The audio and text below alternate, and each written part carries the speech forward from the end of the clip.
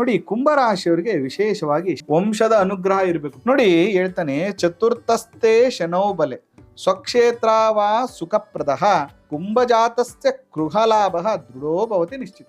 ಶನಿ ಏನಾದ್ರೂ ಇವ್ರಿಗೆ ಚೆನ್ನಾಗಿದ್ದು ಬಿಟ್ರೆ ಭೂಮಿ ಮತ್ತು ಗೃಹ ಸಂಪತ್ತನ್ನ ಕೊಡ್ತಾನಂತೆ. ಸ್ಟಾರ್ಟಿಂಗ್ ಅಲ್ಲಿ ಅಯ್ಯೋ ನನ್ ಮನೆ ಕಟ್ಟಕ್ಕಾಗಲ್ಲ, ಇವನು ದೊಡ್ಡ ಸೋಂಬೇರಿ, ಇವನು ಲೈಫಲ್ಲಿ ಉದ್ಧಾರ ಆಗಲ್ಲ ಅಂತ ಅನ್ಕೊಂಡಿರ್ತಾರೆ. ಬಟ್ ಆ ವ್ಯಕ್ತಿ ತುಂಬಾ ಚೆನ್ನಾಗಿ ಸೆಟ್ಲ್ ಆಗ್ಬಿಡ್ತಾನೆ ಲೈಫಲ್ಲಿ. ಆದ್ರೆ ಶನಿ ಶುಕ್ರ ಚೆನ್ನಾಗಿಲ್ಲ ಅಂದ್ರೆ ಇವರು ಗೃಹ ನಿರ್ಮಾಣ ಮಾಡಕ್ಕಾಗಲ್ಲ, ಸೈಟ್ ತಗೊಳಕ್ ಆಗಲ್ಲ, ಅನೇಕ ಕಷ್ಟಗಳು, ಇರುವಂತದ್ದನ್ನ ಮಾರ್ಕೋಬೇಕು, ಪಿತೃದೋಷಗಳು, ಕುಲದೇವತಾ ಶಾಪ, ಆದಷ್ಟು ವೃದ್ಧರಿಗೆ ಸಹಾಯ ಮಾಡುವಂಥದ್ದು, ವೆರಿ ಇಂಪಾರ್ಟೆಂಟ್, ಮನೆಯನ್ನ ನೀಟಾಗಿ ಇಟ್ಕೊಳ್ಳುವಂಥದ್ದು, ನಿವೇಶನ ತಗೊಂಡಾಗ ಆ ನಿವೇಶನಕ್ಕೆ ಒಂದು ಕಾಂಪೌಂಡ್ ಕಟ್ಟುವಂಥದ್ದು.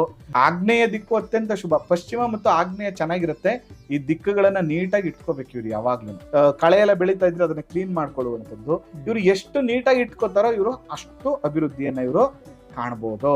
ನೋಡಿ, ಕುಂಭರಾಶಿಯವರಿಗೆ ವಿಶೇಷವಾಗಿ ವಂಶದ ಅನುಗ್ರಹ ಇರಬೇಕು. ನೋಡಿ, ಹೇಳ್ತಾನೆ, ಚತುರ್ಥಸ್ಥೆ ಶನೌ ಬಲೆ ಸ್ವಕ್ಷೇತ್ರವಾ ಸುಖಪ್ರದ ಕುಂಭಜಾತಸ್ಯ ಗೃಹಲಾಭ ದೃಢೋ ಭವತಿ ನಿಶ್ಚಿತ.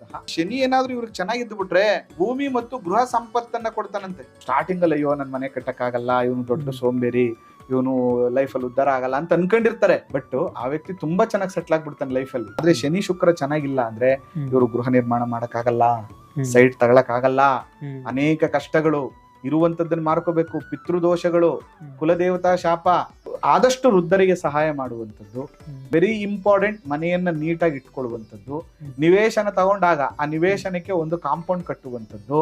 ಆಗ್ನೇಯ ದಿಕ್ಕು ಅತ್ಯಂತ ಶುಭ, ಪಶ್ಚಿಮ ಮತ್ತು ಆಗ್ನೇಯ ಚೆನ್ನಾಗಿರುತ್ತೆ. ಈ ದಿಕ್ಕುಗಳನ್ನ ನೀಟಾಗಿ ಇಟ್ಕೋಬೇಕು ಇವ್ರು ಯಾವಾಗ್ಲೂ. ಕಳೆ ಎಲ್ಲ ಬೆಳೀತಾ ಇದ್ರೆ ಅದನ್ನ ಕ್ಲೀನ್ ಮಾಡ್ಕೊಳ್ಳುವಂಥದ್ದು. ಇವ್ರು ಎಷ್ಟು ನೀಟಾಗಿ ಇಟ್ಕೋತಾರೋ ಇವರು ಅಷ್ಟು ಅಭಿವೃದ್ಧಿಯನ್ನ ಇವರು ಕಾಣಬಹುದು.